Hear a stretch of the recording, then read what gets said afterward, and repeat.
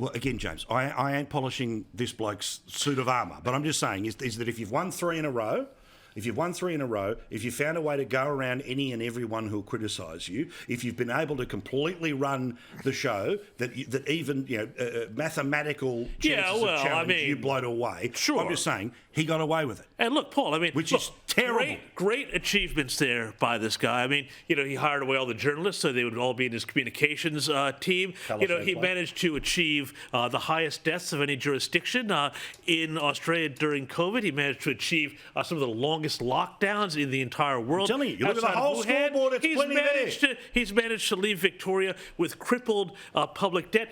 Here, I brought some tissue out for PR Guy 17 and all of the Twitter stands who are out there having a big old sook that their dear leader is gone. Look, I gotta say, if that's achievement, it's really quite remarkable, because I was in Melbourne the other week and it's looking pretty shabby these days, I'm afraid. And I say this as somebody who has always liked that city, but it's looking very shabby. And with the Commonwealth Games gone, I suspect that's a lot of the reason why so many of those regional seats voted for him on that promise. But again, don't you love the idea? The bloke who screws the health system in Western Australia, he's the one who ends up being the Premier. The one who was the Minister for the Games that never turned up is going to be the Premier after this. But Matt, what about on the step back here, right? Now again, easy for us to red meat this and just scream and rant and rave and all the rest of it, and it'll be fun for lots of people. But what about my contention here, where the thing that he proved was there is an electorate that does not care what things cost, and he was able to create this triangle of dependency that meant he had very little resistance, and the resistance that he got was so numerically insignificant to what he had put together that he was able to roll over the top of them, which is exactly the Palaszczuk play, by the way. Well, look, Paul, there's no doubt that Dan Andrews was a very slick politician. He's a good communicator, and he sort of mastered the initial ages of social media, especially Facebook, and was successful at that. There's a difference between being a good politician and a good statesman. And I don't think Dan Andrews will go down in history as a good statesman. Malcolm Fraser won 3 elections as well, and no one really holds him up as some historic prime minister. Political success does not equate to historical legacy. And I should say, I meant to say, I'm just glad Stephen's dragged himself away from the Victoria Right celebrations tonight. Dan Andrews is gone. Thank you, Stephen, for being with us. It's very kind of you. Well, he knows there's no chance of trying to fit up another candidate, so Buckland will come to the man cave. Well, yeah, that's right. I think that's the reality. Put in one. They need you, Stephen. They need you. They need your number counting. But just another thing that hasn't come up yet. Of course, Dan Andrews will be remembered long for the longest lockdown in the world.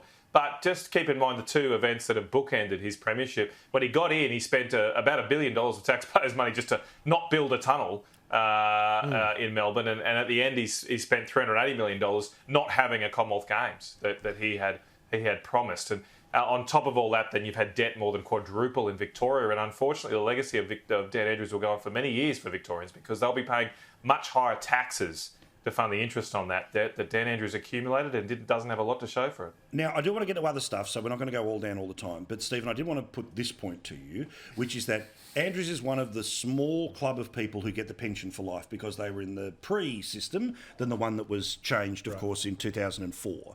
Does that make it easier for a politician to go because the financial consequences are non-existent? This is one of the arguments this is one of the arguments where the public absolutely hate the politicians' superannuation scheme. I've always been willing to say it works because it stops people hanging around forever. Yes. And there is a benefit to people not just saying, this is the only thing I've got in my life. I'm going to manage the internals of the party. Either party, doesn't matter. I'm going to manage them so that I don't ever get challenged. I can still be here. And the parties then ossify.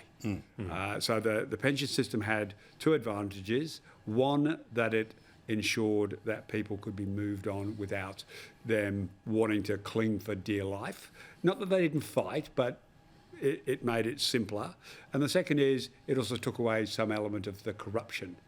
We've had almost no corruption in federal politics, and some isolated examples, unfortunate ones at state level, but in general, the Australian politics has not been corrupt.